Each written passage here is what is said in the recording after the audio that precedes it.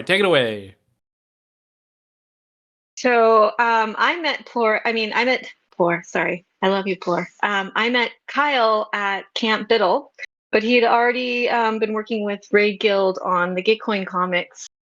And so we were sharing the WGMI house, and I was able to like spend a little time with him just because he does legal engineering, and we'll ask him to define that a little bit better. But just the like complexities and nuances of things like Raid Guild, where we might have sub DAOs, we have clients, we have like we want to be decentralized, we have anons, we have pseudonyms. Do we want a legal wrapper? Do we not? Do we want to like totally like not have a jurisdiction? There's so many little nuances. And he was kind enough to actually like have conversations with someone like me who doesn't actually understand all even the questions I'm asking. So I don't know, Kyle, do you want to give a little more background? Yeah. Well, yeah. Good thing to start, I guess, is just what legal engineering is, and it's computational law. So it's where computers and legal systems interact. The most hardcore legal engineers are lawyers who can write in Solidity or JavaScript or some other computational language, and so uh, those people, and myself included, but these days I don't have too much time for it. We think with our lawyer mind, but we rewrite it out in for loops and other good stuff. And then there's also crypto law, crypto lawyers, and that's more concepts like legal wrappers. They're obviously highly related, these two in our space. And one example of where they kind of overlap, legal engineering and crypto law, is our language. Like if you've read a operating agreement that uses code deference, it will say something like designated contract, and then you'll have an aux address that is the source of truth. And LexPunk created a concept called code deference. Was more Gabe Shapiro, I think, on his own. It might have been LexPunk, but in any case, LexDAO has really taken that, and we've made the language fairly short and concise. And yeah, so that code deference language, that's kind of designated blockchain, and the idea is if there's a conflict somewhere where the written language has these are the rules, but the rules on chain are different. All else being equal, then the on chain is more important. So if we think about on chain as just a way to kind of have a video game experience, hopefully down the road at least it'll be like that, of doing governance, as opposed to reading it and like a board game, right? With that's more of the operating agreement, where you've got the manual and you have to interpret it and then actually implement it. Where when we play video games, that's just how it is, right? We don't make the rules; we just play within them.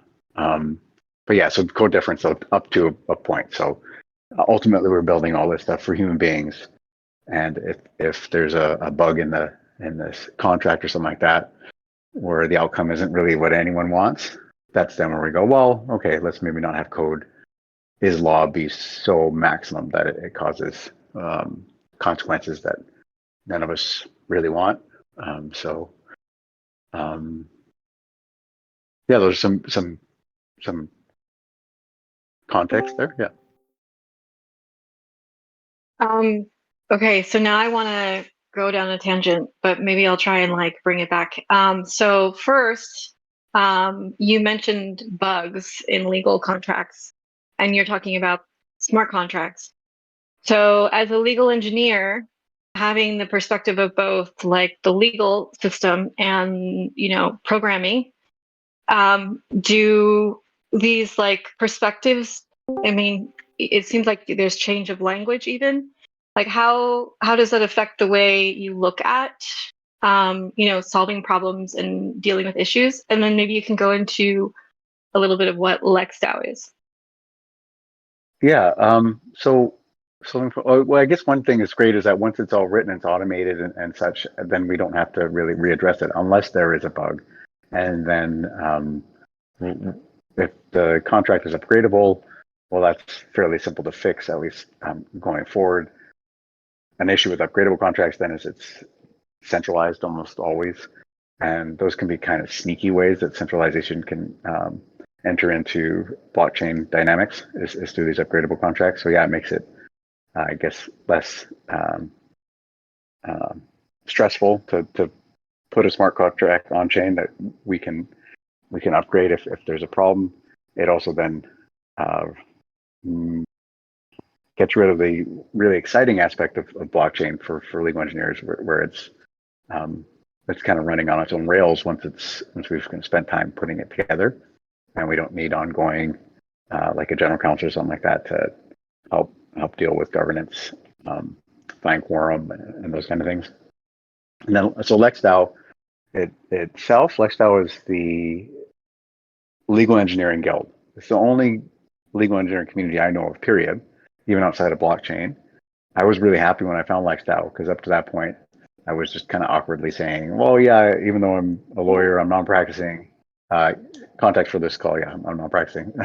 So it's not legal advice, blah, blah, blah, that kind of shit. But yeah, so I was just really happy to find a whole community of people that were also specializing in the computational opportunities of jurisprudence. LexDAO has been, I think we'll in November have our 4-year anniversary. It was, I believe, founded by Ross Campbell, but he is very happy that if you ask ChatGPT, I think what LexDAO is, it won't have a founder, but all these other DAOs do state a founder. So even though, yeah, we'll just, I guess, keep it quiet that we technically have a founder, but he's kind of he's passed the torch, similar to how Owaki has done so with Gitcoin, and so we'll continue to do that in LexDAO. And we're not a pure DAO, I don't think, but we try to be as much a pure DAO as we can be, especially putting it within the constraints of what lawyers think is doable. So we can't be as creative as some DAOs out there, but we also, compared to what the rest of the legal community is willing to take on, we are very, very creative.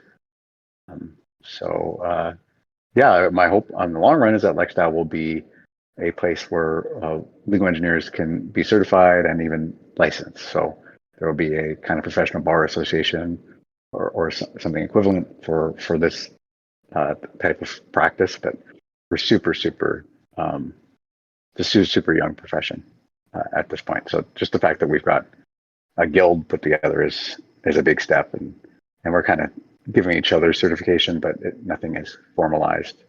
And so one of the things I've done in LexDAO is I started the clinic in LexDAO, and that's a service DAO. So LexDAO itself is just a business association. It's supposed to be a neutral zone where competing interests can hang out and cross-pollinate important legal news and that kind of thing. But the clinic is a service DAO, and it's orientated. It's an apprenticeship DAO as well. I think one of the first, and so it's there to teach law students on the job. And then the great thing for the rest, the wider community, is people can get legal services, not all the way up to legal advice and such. So still have to go to law firm for that kind of last mile, but at least the oftentimes like 70-80% of legal costs the clinic can, the traditional legal costs the clinic can handle. And yeah, so people that work with the clinic will be working with law students, but there are lawyers that are supervising them, so it's really high quality. And as we mature, we'll have more and more focus on legal engineering. Right now, it's still fairly crypto lawyer heavy, just because that's where most of the talent is. Yeah. So if you with considering what DAOs are doing with organizing on the blockchain and intentionally being decentralized, or at least trying to be. So what's challenging in figuring out these legal, understandings for us in DAOs? Well, one, actually, we've just had a Twitter space earlier today, a couple hours ago, and it was about one of the Uki cases. There are two Uki cases, but this is just one of the two. And there was a judgment last week, and in that judgment, there's over 600,000 that Uki is has to pay out, but it was a default judgment because no one from Uki showed up, and there are some founding members who are doxxed, who I think were independently served, and so yeah, so this is a really this is one of the more important questions, is because Uki decided not to have a legal entity, and then not even show up for this, and so we're now dealing with the outcome of that. We were one of the things I hope we can work on with DAOs kind of like Uki is that we can build out insurance, defense funds, and that might be a way for DAOs to stay with hardly any legal footprint, while also when CFTC or SEC or any other regulator or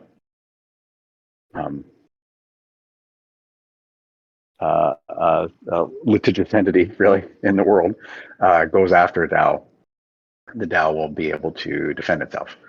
The Uki case is pretty clear where the DAO just didn't defend itself at all, and so it just got it was a very one-sided fight. Mm-hmm. So yeah, and the presidential consequence is not very good for any of us.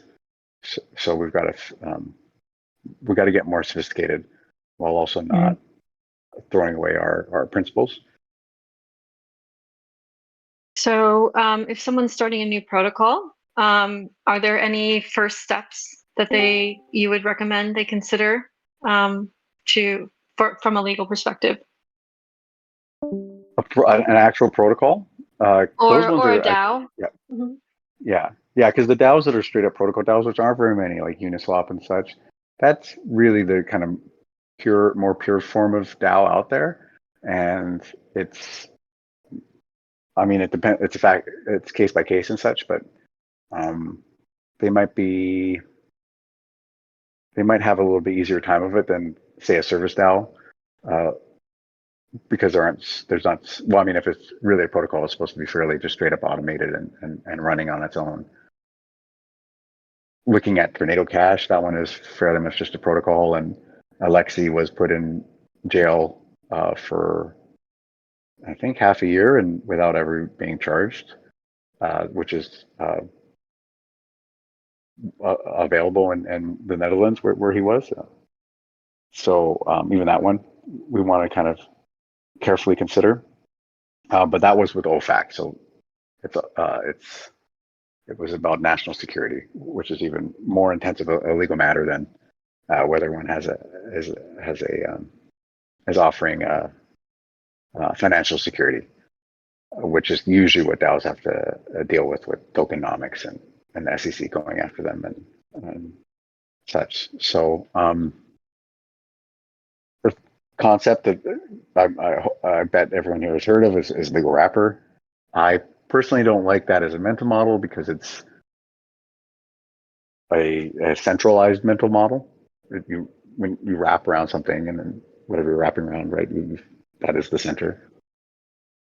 And I'm working on something called legal seals, which is basically just putting a stamp on the different objects on chain, which a DAO is claiming as its own.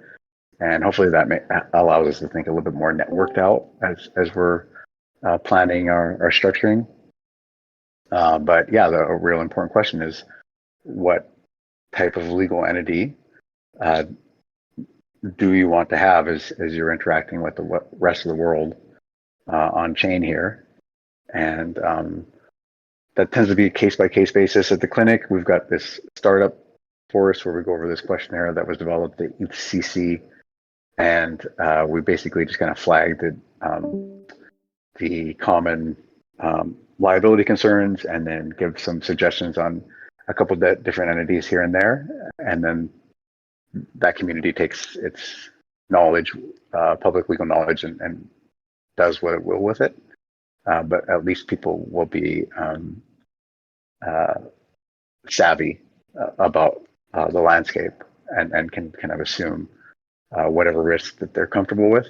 Where I think a lot of times now, people, if they're not taking the time to educate themselves in legal matters in this space, they're not internalizing what the risk is. And so, I mean, I also, at least in the past, did some mountaineering, and so I'm not opposed to people taking on a lot of exposure and going for the summit, just as long as people have that understanding of what they're up to. And I really appreciate this space having a wide range of, from being completely traditional, basically VC backed entity, to being as paperless and just totally on chain, and using things like Nation 3 or Claros for disputes, and trying to not have any type of um, relying on a monopoly of violence to settle disputes. That's very admirable. And yeah, Lexdao is kind of in the middle there. It's like one of the things Lexdao does, which is unusual for the legal community, is we allow a path for our members to be anon. And right now, our assistant operator, he's anon. So I don't know much about him, but I've been working with him for over a year. And when so for instance, when Gitcoin had the ID passport program, he went through that as an anon person and confirmed yes, he could get proof of humanity while also staying anonymous. And so a lot of I guess the government side of this space, they really want everything to be KYC, know your customer, and doxed. Yeah, the seals is super interesting. Using NFTs, like it's, what is it, like federated? But is there, considering like, protecting users, because ideally that's our goal, but with a decentralized way. But is there any others, or maybe you want to go into seals, or just like other things that places like Lexdao are experimenting with? Yeah, well, I guess the only other one I've seen are Borgs, and that's the Delphi. That's Gabe Shapiro again. So Borg is cybernetic organism, so it's taking a bit of a DAO and a bit of a traditional entity and mixing them together. For me, a lot of the groups I chat with, they aren't really thinking of DAO necessarily as this kind of pure philosophical definition, right? I think a lot of people in RaidGuild will probably identify with that, actually, because of how innovative RaidGuild is in the DAO space. But yeah, so and also interacting with legislators. Lexdao does, at least my subgroup in Lexdao, we're doing a lot of work, crypto advocacy, lobbying legislators, and they're using DAO or DO or whatever, decentralized organizations. So for some reason, they drop out the autonomous. But yeah, they're using those in their terms of art for what actually is already some statutes, and more is on the way. So that's more of a semantic issue, I guess, whether Borg is so helpful compared to DAO. But Borg is basically getting at a similar concept as the legal seals. I think the really important thing is, for me at least, is that the DAO, or whatever this concept is of us, general organization, collaborating together or in group, what have you, that should be, to me, on a kind of more a meta plane, a different layer than the legal entity layer. And so the legal entity layer then can maybe just have a certain portion of the DAO, or there's an overlap. So the legal entity has some aspects that aren't the DAO, and some aspects that are the DAO. So think of it much more like a Venn diagram, and a multifaceted Venn diagram, than this legal wrapper concept, which is, we can use legal wrapper and still have that mentality, but I've seen people just kind of default to, there's a DAO, and then it's got this fence all around it that is the legal entity. Well, then the DAO is captured by the legal entity, and that could be negative. I mean, it could also protect the DAO, but if we think about it a little bit more thoughtfully, we can put one and actually multiple legal entities around, depending on the kind of protections we need, and we could have a much better defense overall if we think a little bit more multifaceted and really the DAO is its own plane, and hopefully, especially for a group like when we've chatted, WAGME, WGMI? yeah, Yeah. there we go, Hmm. WGMI. Yeah, we were chatting, right? We were talking about how well Raid Guild maybe it Hmm. wants to have a legal entity just for trademark, just for that aspect, and Hmm. and not for other aspects of Raid Guild, and so that would be a special purpose vehicle. Often that's what those kind of things are called.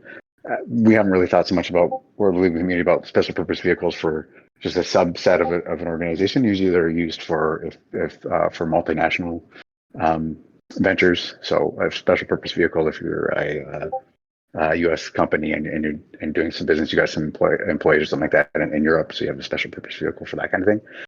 But for Raid Guild, it's an interesting thought, in the very least, if Raid Guild wants to interact with the traditional world just so much as consumer protection, which is really what trademark is about, to have an entity, a holding entity, uh, so a traditional legal entity that can have a conversation with the courts or regulators and such, for Ray Gill's branding. I mean, Ray Gill's branding is very impressive.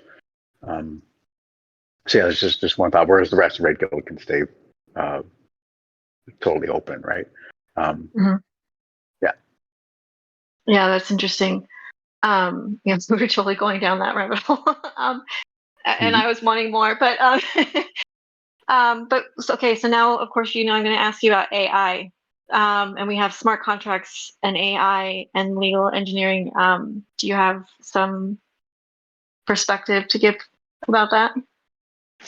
Yeah, I'm personally, I'm really excited about how AI can do wonders for uh, DAO governance. So Nani uh, DAO, that's a DAO that Ross and Shiv, that those um, really impressive legal engineers in Lexdal. They've spun up in the past month or so. I guess yeah, I'm also a member of Nani. I've helped a bit, at least having weird existential conversations with Nani. But yes, Nani I is saw your yeah, crazy Nani. math questions in there. Oh yeah, that was just me on my own. But there's a Telegram group where me and the Okay. AI had an interesting back and forth. But yeah, I mean the AI has a legit personality. It's kind of creepy. But yeah, so where it's beneficial, at least, is like I just saw a recent tweet where I think Oddseed did that tweet. Yeah, I retweeted it actually. So if you go to bestape on Twitter, you can see this retweet. Um, but it basically it had a hint, or at least a like caution, that kind of thing, when a proposal was made, because it was reading the agreement. But well, I mean, I guess it knows the agreement of the DAO, right? So it saw in this particular example, DAO is buying an NFT, and the NFT is higher than the maximum the DAO has has said in just normal documentation, though, but it's not on smart contract, right? But as the thing's executing, the AI has this little spot we can give comments about various issues, and so that was that comment. It's like, hey, do you know that this NFT is higher than what the DAO has agreed to? Again, it's just soft agreed to. It hasn't been baked into the smart contract. And so yeah, so I see AI.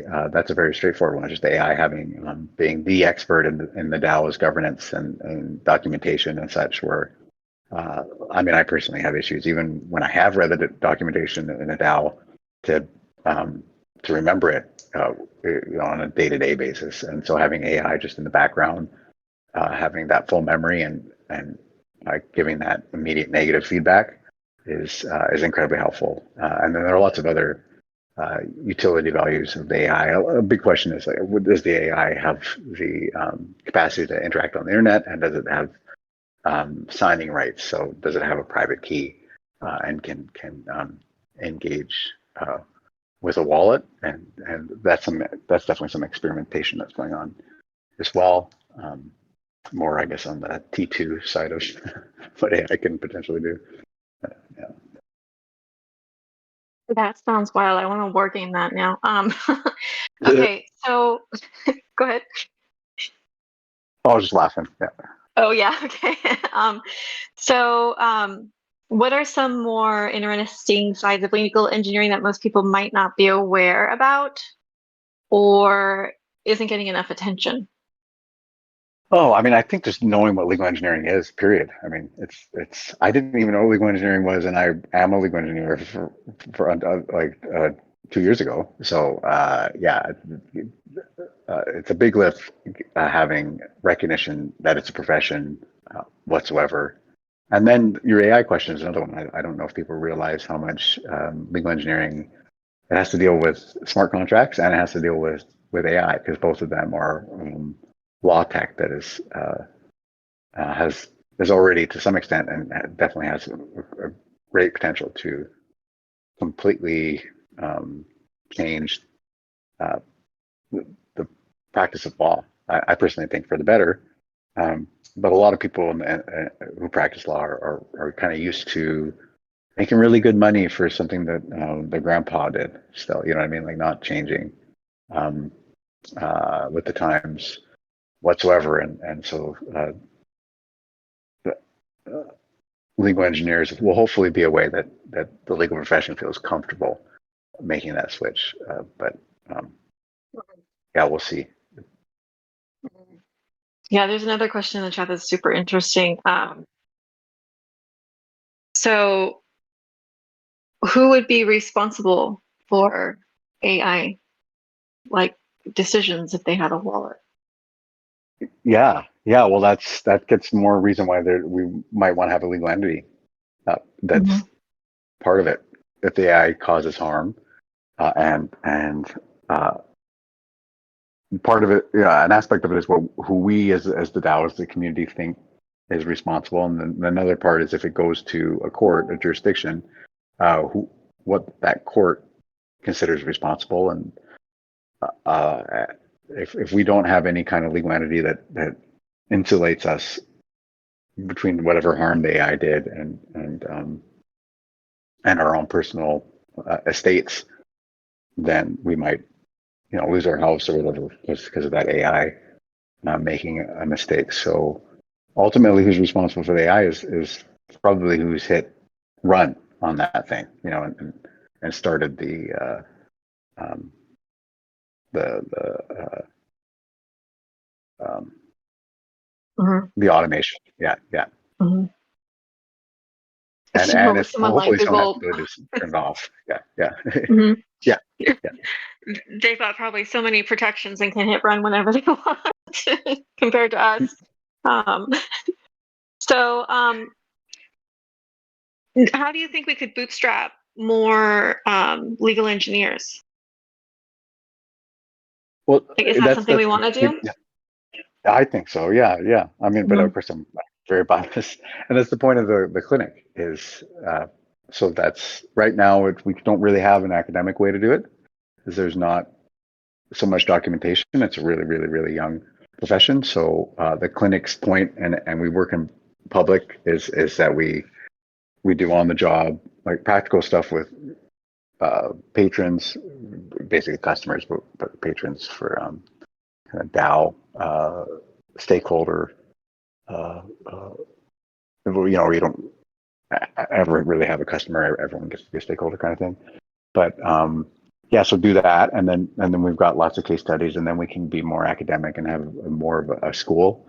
The nice thing about working on the job is students get paid for it too, so they don't have to spend money to be educated. They can actually make money educated. It's not Mhm. nearly as much as what a lawyer makes, but it's making money.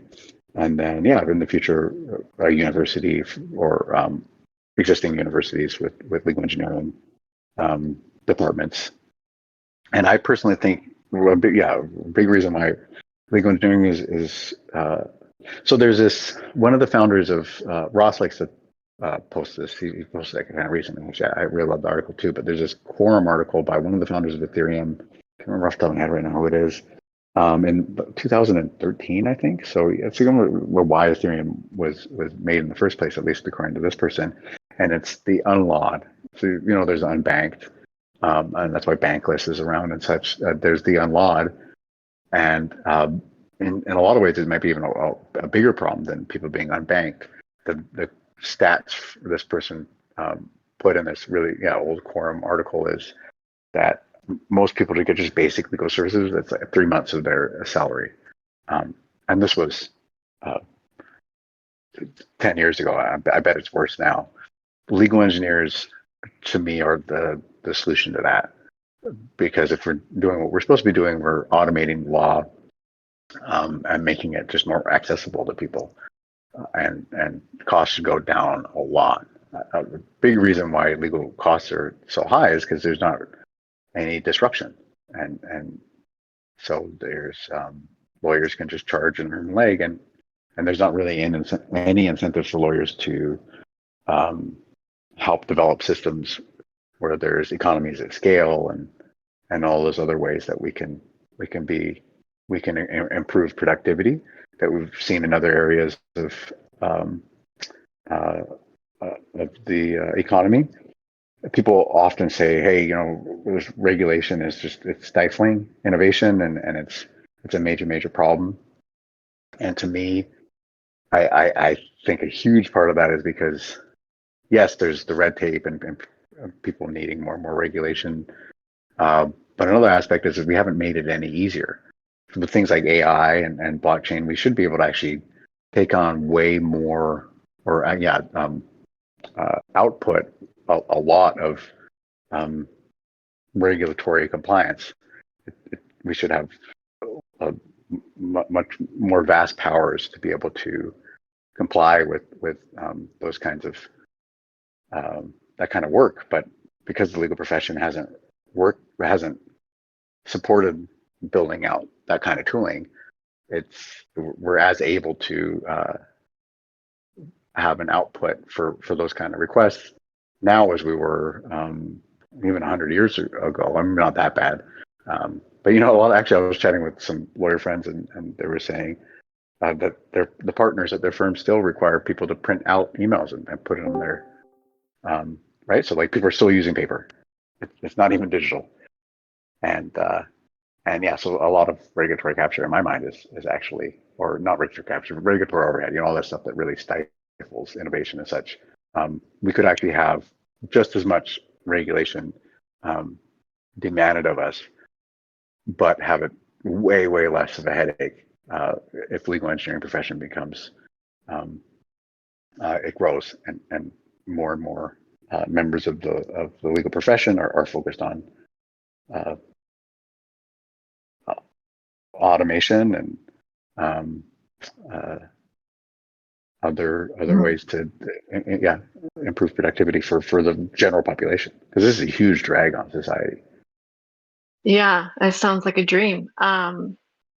So like these questions probably are related. I remember seeing Lexdow did something with I think you had a petition for something in Illinois, maybe, which makes me want to know, like, so two things. Is there, is it worth our time to try and lobby or put efforts into lobbying, especially with the things with the SEC and stuff? And then two, like, for me, I can't even like get the regular tech to work. I'm let alone understand legal engineering. Is there someone like can I support what you're doing? Yeah. So for that petition, that we still have to build out the ability to get that in front of people, so there can be many signers and such. So I think we only had like 150 or 200 signers on that one, which as a petition doesn't really have persuasive power. But we made that more as an open letter, working with DeFi Defense Fund and a few other organizations, and we were very thoughtful because we already had lobbyists on the ground there, and we've successfully blocked that bill. So even though the petition itself, like as a petition, we still have to build out our sophistication, the open letter and the content of the open letter and the decision makers we were able to put it in front of was material in getting that bill stopped. So that bill was really problematic because it basically was going to say that even a regular person could be considered a crypto exchange. Like if like you and I sent tokens back and forth to each other, so it's super extreme. There's a new bill in California now that the first one Newsom vetoed, but there's another one now that's similarly. I think it's about as bad as the Illinois one that we just succeeded at not getting passed. So I think that's the next we have to focus on. I mean, yeah, I also I'm a on the board of directors for DAO Coalition, and DAO Coalition, that's what DAO Coalition is about. It's about lobbying. To it just we live in, especially in the U.S. and the Capitol Hill and such, we live in a post-Citizen United world, and if we want our space to not get snuffed out, I think it's necessary. I think these battles, we can't really run away from them. Hopefully, we just have a few of us that are part of the army and so the majority of our community doesn't have to be in the army. Maybe just pays for to help support that army. Practically, one of the things that's happening, and MakerDAO is the leader on this. It's an insurance fund, so various DAOs can contribute somewhat to this insurance fund, and then whichever DAO gets picked on by the regulators or whomever else, then that's what that insurance goes toward. So yeah, so we're working closely with Layer Zero on having Maker's solution for Maker being one that we can provide for the wider community, which would be great for Maker also. And then yeah, so you supporting legal engineers yourself. It's well, this call, that's a great example. So thank you. That's part of it. Giving us space to do legal education for the community. That's really helpful. And then I think a lot of times if we do our job right, we will actually just be kind of under the hood, and you won't really have, and there won't be so much direct interaction with us. It's a lot of it is kind of enterprise level, but on a day-to-day basis, if you like, if you're interested in that kind of stuff, then I think being a knowledgeable, like a learned citizen, and then sharing that with your community, like word of mouth, that kind of stuff, that's also helpful. Building out something like DAO House, where it's on-chain governance, maybe having one or two legal engineers that's part of that, so they can give comment about things like administrative law or just other thoughts that maybe people, even if they're really great at governance, and putting that governance on chain, wouldn't know about, because it takes going to law school to be taught those kind of things. So maybe having like one or two legal engineers in Aragon or the other DAO Summoner, but that's already happened with Moloch version 0 to 3 because Ross was on that, right? So so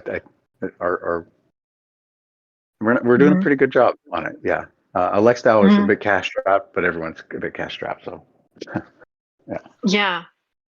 We'll have to share your grant list link. I have that.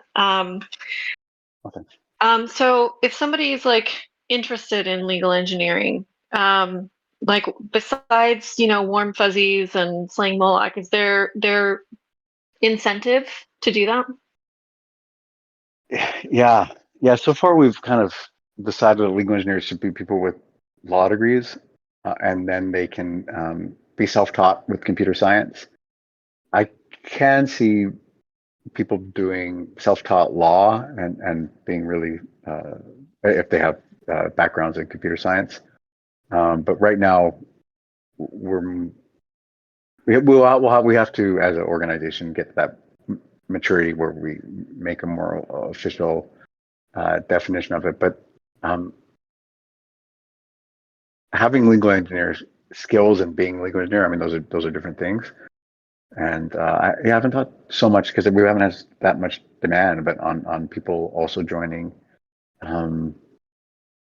our, like, we're basically the only educational space right now for legal engineering is the clinic. So joining the clinic and just not being a law student, we're kind of overloaded anyway at this exact point. So I'm not even taking on so many law students right now until we kind of get ourselves that next stage where we can expand a little bit more. So yeah, that's a good thought. Making some kind of program or something like that where people can learn more about legal engineering and not necessarily have to be legal engineers, and maybe get a certificate here and there and different legal engineering principles, especially if they're uh, building out on-chain DAO governance anyway. And it doesn't really matter if they're legal engineers, but it would be really valuable if they had a lot of the skills legal engineers have.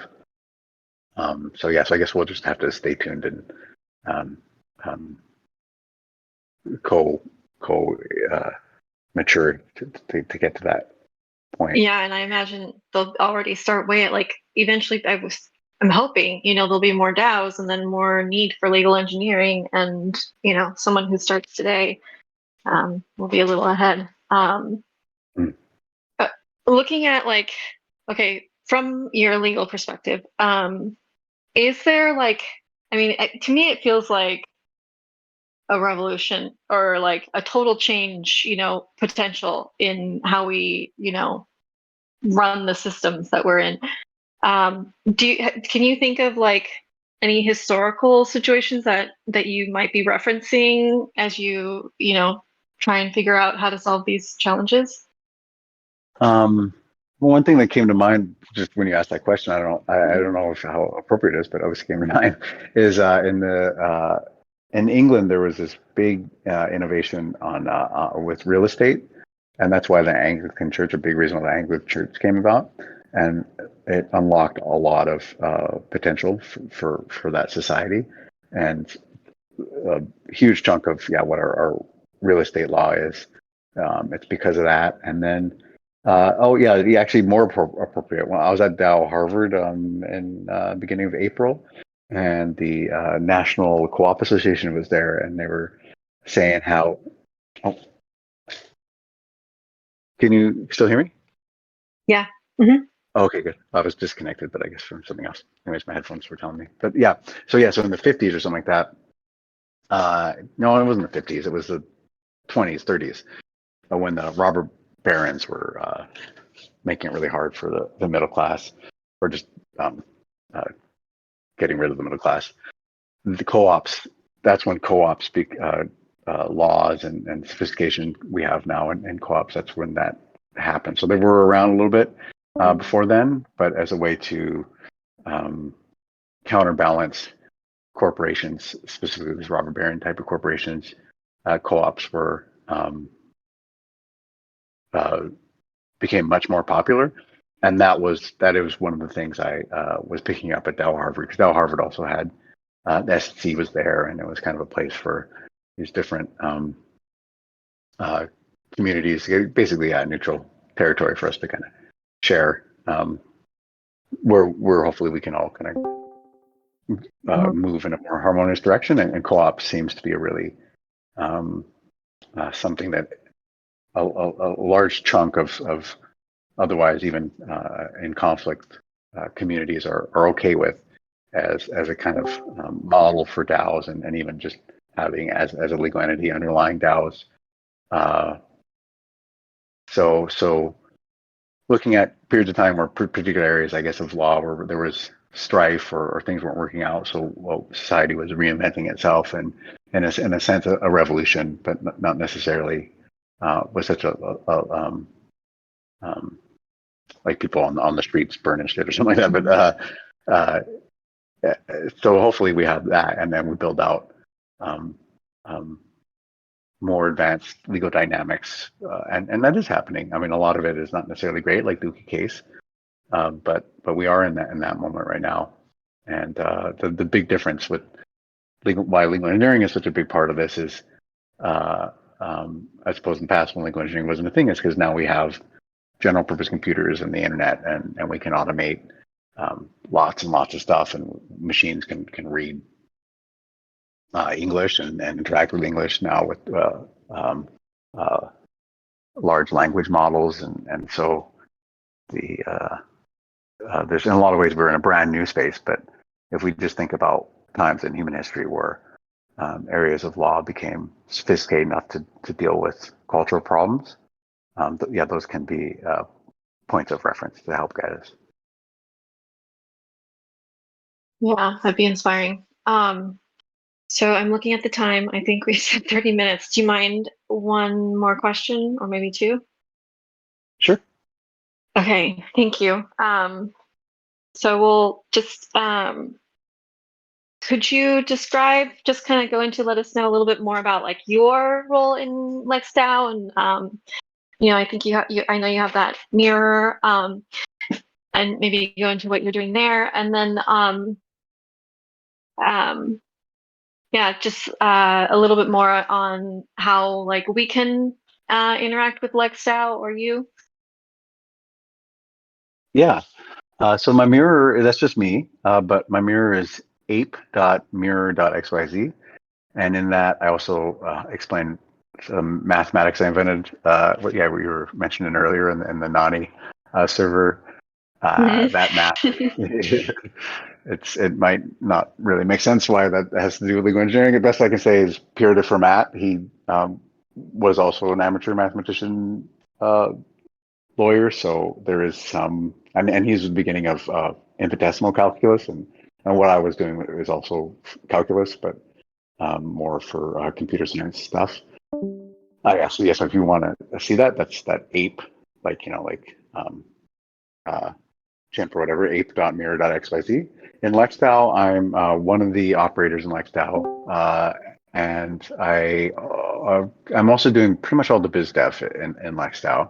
I mean, it's a nonprofit, so that's not really the point of LexDAO. And then yeah, I started the clinic in LexDAO too, so I'm the person that's getting our educational system more sophisticated. All this stuff though, I should be replaceable, and I'll have done a great job. If I am replaced sooner or later, would be great too. Um, uh, and getting involved, if you just go to lexdao.chat, that's our Discord server, and most of what we do, like we have a weekly study group with Andres, and the topics are almost always really, really interesting. And so those are on Fridays at 4 Eastern. So if you want to just stop in and say hi, we're going to do more and more things like Twitter Spaces, like we did earlier today. We just started the com committee. So our newsletter as well, lexdao.substack.com, will be having we'll be building out that sophistication there. So do subscribe to our newsletter and follow us on Twitter for both of those. And membership, if you do want to be a member, it's open to everyone, and that's $300 per year. It's not tons of money, but you can get a lot of the value out of membership by just hanging out in our Discord. There is a whole nother section of Discord for the for members, and there's also work towards membership. So you can do $300 worth of work. A lot of our best contributors actually join that way, oftentimes because they're young people, or they just have gained that interpersonal relationship with us by actually doing work to get membership. So if you have financial hardship, think about that. If you have some free time, and I'd say right now when the Gitcoin rounds aren't happening, the best way to donate, if you're interested in that, is going to our Giveth page. But if you go to lexdalgrant.us, so LexDAO Grant Us, you'll see a list of the different platforms where we accept donations. And yeah, so Giveth at this point in time is probably the best choice. If I want like legal engineering help, would I go to the clinic or is there a way to hire a legal engineer? So yeah, so right now the best way to hire a legal engineer is the clinic, and we're prioritizing work that is really great for the students, and then also post-social like Impact DAO stuff. But knowing how much, I mean, I personally feel Raid Guild would fit with that, with the kind of work Raid Guild is doing with Devox, for instance, and such. So maybe not all of Raid Guild, but Raid Guild does do some really important work for our space. So yes, Raid Guild, and then that the work that students would do would likely be a really fantastic education for them. And so then we've got two things right now at the clinic. One is that kind of boot camp thing I mentioned, which is the questionnaire, and that's really good for people that don't even really know much about DAOs, or at least going from 0 to 1 in their DAO journey. So like their early stage, and that one's $300, and then that's also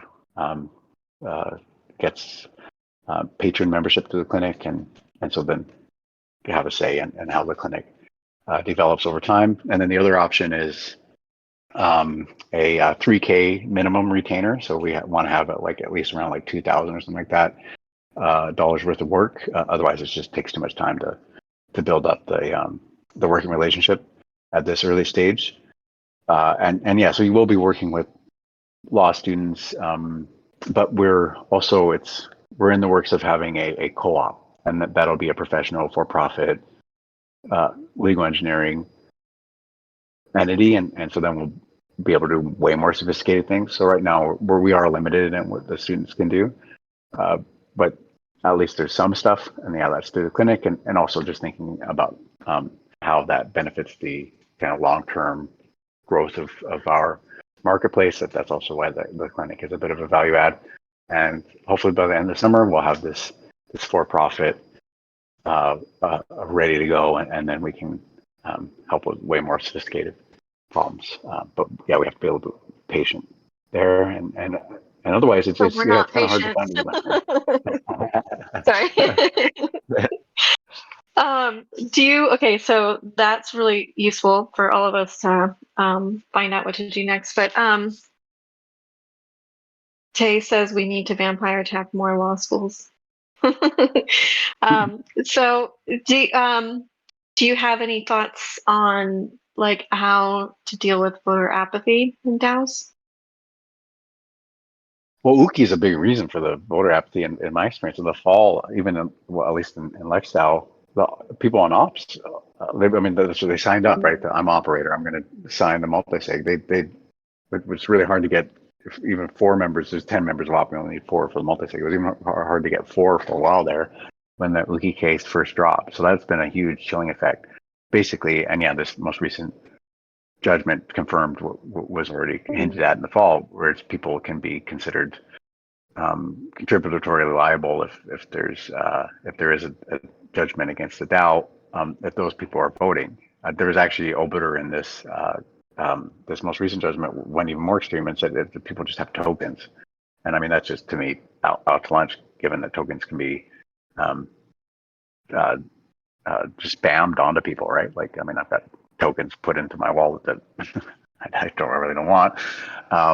So yeah, I think there has to be at least some acknowledgement, when you accept like the more sophisticated airdrops, right? Like you have to say, yes, okay, I actually do want these tokens, but that's not necessarily the case. So yeah, so that's a big issue with governance. So if people are comfortable, they don't think they're going to put themselves into a legal predicament if they participate, that will help. And then otherwise, the more DAOs become like video games, I think the more it'll be easy to vote in governance. So that's one of the exciting things about putting all this stuff on chain. If we get user interfaces that are hopefully eventually just full on video games, and people aren't even really necessarily noticing they're doing the governance. Or, I mean, if we think about video games, people do all this stuff that in the traditional world is considered work, but it's fun in video games, like harvesting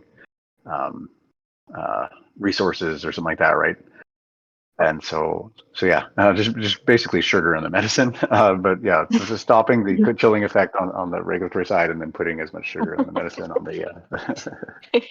It does feel like a game to me, though, right? Yeah. So we have someone asking like, how are members affected from a legal perspective? I think that's a huge can of worms that I don't know if that's even possible to answer. How are members affected from a legal perspective? And Yeah, I In mean that is DAOs. Hmm. in DAOs. Uh, uh, well, I mean, yeah, I mean, in this, like, it's just if you have a token. I mean, the most recent wiki case, if you have a token, you could be on the hook if there's a judgment against the DAO. So let's get rid of that one. But currently, as of last week, that is on the table.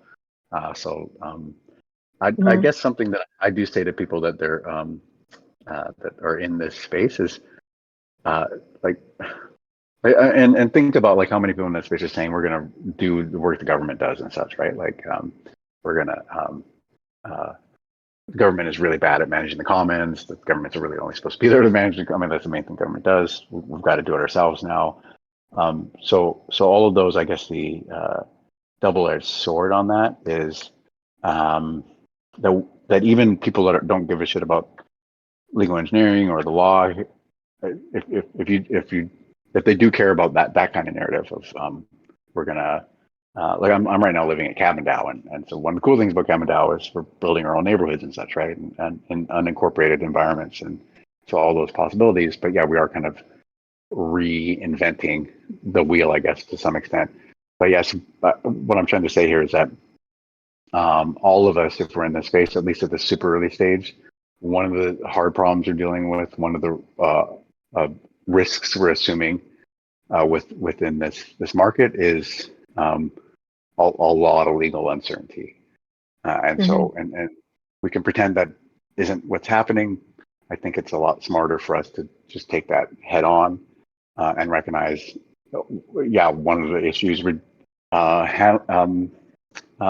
maybe we got in this initially because we really like cryptography and blockchain tech and all that. But to have the full expression of what we have to do to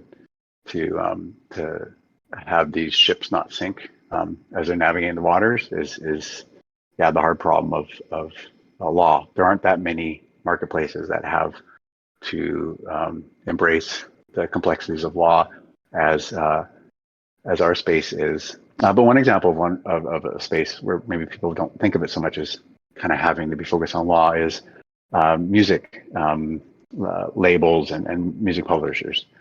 My background originally is in music publishing, and I decided early on in that I wanted a law degree because I saw everyone in the executive class either had a law degree or they were there in the 60s. And looking at the way things were done, it quickly made sense because it's all statutory. Copyright doesn't exist in the real world. You can't touch it. And so you really just have to understand the statute. And then the way people do business is contract. So statute and contract. So it's all law. And so in that space, it's also law is a hard problem for different reasons. But in our space right now, hopefully we'll get over it sooner or later. But it's navigating these various landmines. Um, like Opolis has you do your own LLC to join their DAO. Is that something to consider? Yep. Yeah, that is something to Mhm. consider. There are, I think Maker is going in that direction as well, having your own LLC and being anon. So yeah, Maker is a good one to have a because Maker is Opolis is yeah, providing services, but Maker is hardcore and its tokenomics and those type of like really cutting edge financial tools. And so Maker is, I think, battening down the hatches better than almost anyone else. They're I wouldn't say paranoia, but in that realm of really making sure that they're protecting themselves. And I don't know if it's only an LLC for Maker. I mean, there are issues if we want to be open to the international community on offering just LLCs because that's actually uniquely American vehicle. Um, but yeah, having a separate legal entity on chain, I'm more and more into that, and just even thinking about how we have avatars when we're playing video games or something like that. Like we don't ever really directly, well, we can't directly be in cyberspace. So maybe we can think about that on the legal level too, and so we can't directly be in cyberspace, full stop, and we have legal entities that are like legal persons that are avatars, and that's how we interact on in cyberspace. There seems to be um, um, a grace about that, but the time will tell. Yeah. So if someone wants to use the Lexdow clinic, do they need to be a Lexdow member? No, the patrons are not lifestyle members. Okay. Yeah. Yeah. And a recent example This of a is. patron we Go have ahead. is Sorry. it was Radar. So Radar is our most recent patron, and they started with the questionnaire, and then when they liked that experience, then they moved on, and now we're working with them on a more tailored like retainer project. So that's also a path if you're not like quite sure what you want to do with the clinic. You can do that. Just get a patron membership, interact with us in the with that questionnaire thing, then get a better sense. Another example is we have enterprise membership that Super Rare just is the first enterprise, and with that we do AMAs with Super Rare every month in their server, and then we're working with them at least early stage on a monthly basis in our server, figuring out like the actual services we're going to provide, and then they've committed to 5K worth of work. So that's another option on a B2B level. Oh, and that includes 5 memberships in Lexdow, the enterprise membership. So it's a brand new thing, but it might be a good fit for Raid Guild if you're interested. I know. I would love you coming in here once a month or someone from over there. I'll have a zillion questions every time. Kyle, this is like, I mean, we have gone a full hour and more, and I just so appreciate you coming in here and answering our questions. Yeah, we have all the things for people to learn more. Is there any message you'd like to convey to? I mean, there's mostly a lot of Raid Guild apprentices here too. Oh, I'd just like to emphasize I really loved spending time with Raid Guild. I had a blast on the comic with Plor and Travis if he's there. Yeah, so thank you for continuing to build our friendship because yeah, you're a great community. Lexdow and Raid Guild besties.